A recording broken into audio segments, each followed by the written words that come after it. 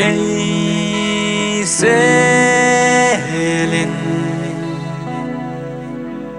na thalim noya nay tu he na khu thinh sel atu tùy pi lên hen hui pi lung sông lê nang tô ca phân khom lê ca cài đi hi chỉ tùy pi dâu si chu nga lê ken he sinh đi cả ba thiên này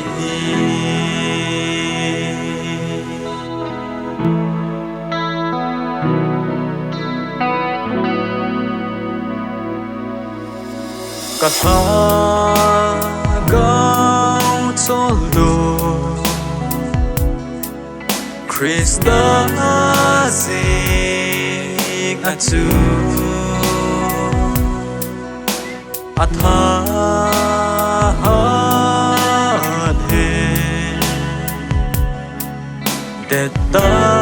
inta sunny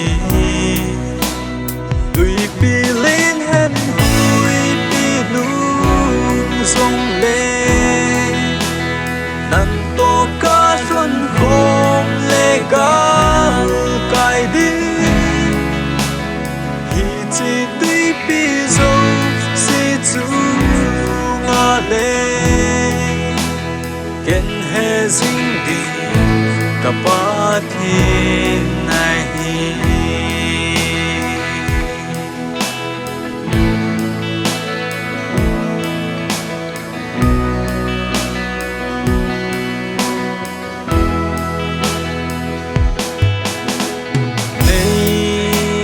selin na thalim noya nay tu he na khu thinh sel atu tùy pi lên hen sông lê nang tô ca xuân khom lê ca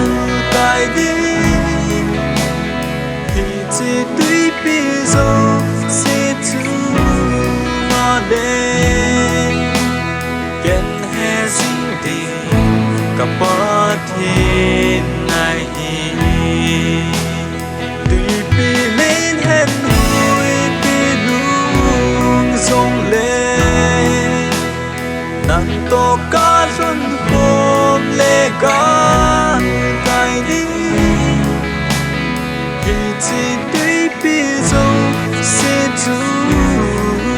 nga lê ken he ding đi